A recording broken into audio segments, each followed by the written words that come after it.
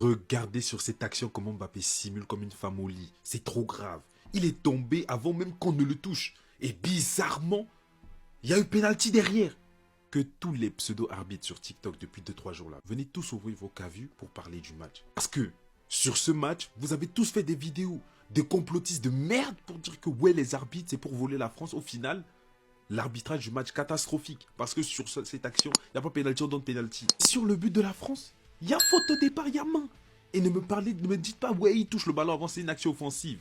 Il n'y a pas cette notion. Il touche avec la main, c'est faute. Archivo voir que vous sortez tous les jours pour parler de l'Argentine. Moi, je les aime même pas. Ils disent qu'il n'y avait pas pénalty. Mbappé, il se plonge avant.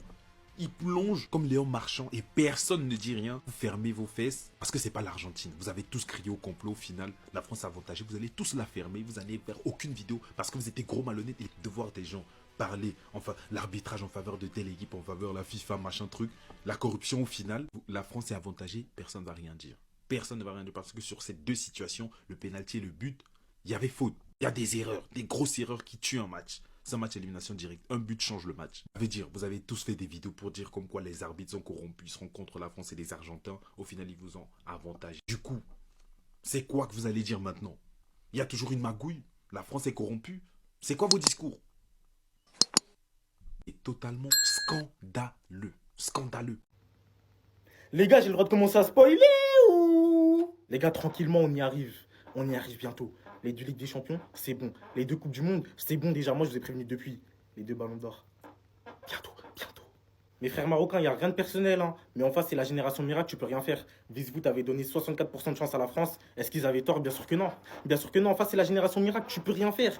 Tu peux vraiment rien faire. Vous commencez à le savoir, vous commencez à le comprendre. Visifoot, vous savez déjà ce que c'est, vous suivez mes vidéos, évidemment. C'est Nia qui analyse toutes les données sur toutes les équipes de football. Là, la France et le Maroc en général, pour prédire ce match avec le plus de précision possible. Et elle ne s'est pas trompée, pardon, sur la victoire de l'équipe de France ou la génération miracle avec 64% de chance. Bref, c'est de gré ou de force que vous allez comprendre. Je répète encore, c'est de gré ou de force que vous allez comprendre. Manu Koné, il est juste trop fort au foot. C'est le meilleur milieu de l'équipe de France depuis qu'il arrive en sélection. Et dans cette Coupe du Monde, il est encore en train de prouver son match aujourd'hui, juste mort de rire en fait.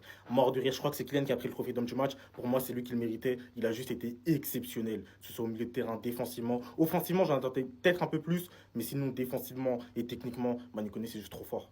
Aujourd'hui, ça aurait été un match qui a été compliqué, surtout en première période. Les Marocains défendaient extrêmement bien. Les prises à deux de Hakimi et Bouadji sur Doué, j'en fais encore des cauchemars. Offensivement, on a eu du mal à s'illustrer. Si ce n'est Ousmane Dembélé, qui, par sa qualité de passe et surtout sa qualité de centre, s'est beaucoup montré en première période. Désiré Doué, qui a beaucoup essayé, beaucoup raté aussi, avec justement Achraf Hakimi et Bouadji, qui étaient tout le temps à deux sur lui.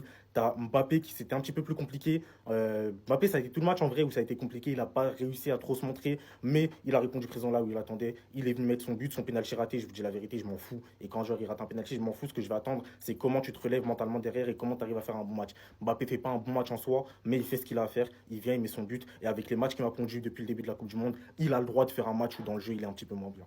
Michael Olise à côté, c'est le même constat que Kylian, juste lui, il n'aura pas été décisif par le but ou par la passe. C'est un match très compliqué en première période. En seconde période, il s'est un petit peu montré par des fulgurances où tu te dis ce mec-là, il est juste trop fort. Mais sur la continuité, ça n'a pas été non plus trop ça. Mais lui, c'est pareil que Kylian, avec le niveau qu'il m'a proposé depuis le début de la Coupe du Monde, il a le droit de faire un match où il est un petit peu moins bien. Par contre, marque ton but. Marque ton but. Commence à marquer tes buts. Au final, en seconde période, la situation elle sera décantée. Et en fait, il y a une image où. En fait, quand il y a eu des zéros, je savais déjà que c'était fini. Dans tous les cas, avant le match, je savais qu'on allait gagner. Mais quand il y a des zéros, tu peux dire c'est fini. Mais le truc qui te fait vraiment dire, eh, ça y est, c'est terminé, le Maroc va jamais revenir, c'est ça. 66e minute de jeu. Il reste, on va dire, une demi-heure avec le temps additionnel. En plus, il y a 6 minutes de temps additionnel, c'est parfait. Il reste une demi-heure de jeu. T'as deux buts à remonter, tu pleures. T'as deux buts à remonter, tu pleures. Brahim Diaz, c'est l'un des cadres au Maroc. Enfin, l'un des cadres. L'un des joueurs les plus anciens, plutôt, on va dire. Parce que je ne sais pas si vraiment c'est un cadre dans le vestiaire, etc. Mais en tout cas, c'est un joueur important du Maroc. 66e minute de jeu, au lieu de remotiver tes coéquipiers, tu pleures. Si je suis marocain aujourd'hui, j'ai le système de Brahim Diaz juste pour ça. Juste pour ça, parce qu'en fait, il reste 30 minutes de jeu. On a vu pas plus tard qu'il y a 2 jours, une Argentine remonter 3 buts à 2 l'Égypte en 15 minutes, 20 minutes, je sais plus.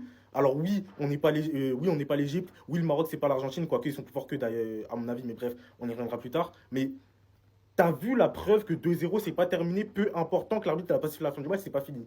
2-0, tu pleures. Heureusement, je suis pas marocain, hein, parce que j'aurais le seum de lui. Entre le penalty qui rate en finale de la CAN, sa Coupe du Monde qui est dégueulasse, hein, parce que c'est 4 passés, elles vont pas nous mentir, sa Coupe du Monde qui est dégueulasse. Et aujourd'hui, quand il prend le deuxième but, il pleure. Bref, Dieu merci, je suis pas marocain. Je reviens sur ça pour finir la vidéo. Les deux Ligues des Champions, c'est bon. Les deux Coupes du Monde, la deuxième, elle arrive, c'est pas méchant. Les deux ballons d'or, les gars. C'est maintenant qu'il faut monter dans le train. Après, c'est de la suce, les gars. C'est maintenant qu'il faut c'est maintenant qu'il faut monter dans le train, pardon. Après, c'est de la suce. Alors oui, il y a Kylian à côté. Et en vrai de vrai, si Kylian prend le ballon d'or au vu de la Coupe du Monde qu'il est en train de faire et que sa saison n'est pas dégueulasse individuellement, j'aurais le seum. Et je vais sûrement dire que c'est un scandale. Mais peut-être, il aura des arguments en tout cas. Mais dans tous les cas, les gars, 5 buts, 2 passes décisives en Coupe du Monde. Vous voulez parler stats? Toute l'année, vous me parlez de stats. Contre le Sénégal, quand j'ai critiqué le match de Mbappé, ça m'a dit quoi? Ça m'a dit il a marqué. Ça a parlé de stats, non? On va parler de stats. 5 buts, 2 passes décisives dans la Coupe du Monde. Bref, tout doucement, on y arrive. Pour tous ceux qui vont vouloir s'aider de l'IA pour le reste des quarts de finale de la Coupe du Monde, les demi et la finale qui va arriver, c'est super simple. Vous allez sur l'App Store ou le Play Store en fonction de votre appareil, vous installez l'application VisiFoot et vous cherchez le match que vous voulez analyser, c'est pas difficile.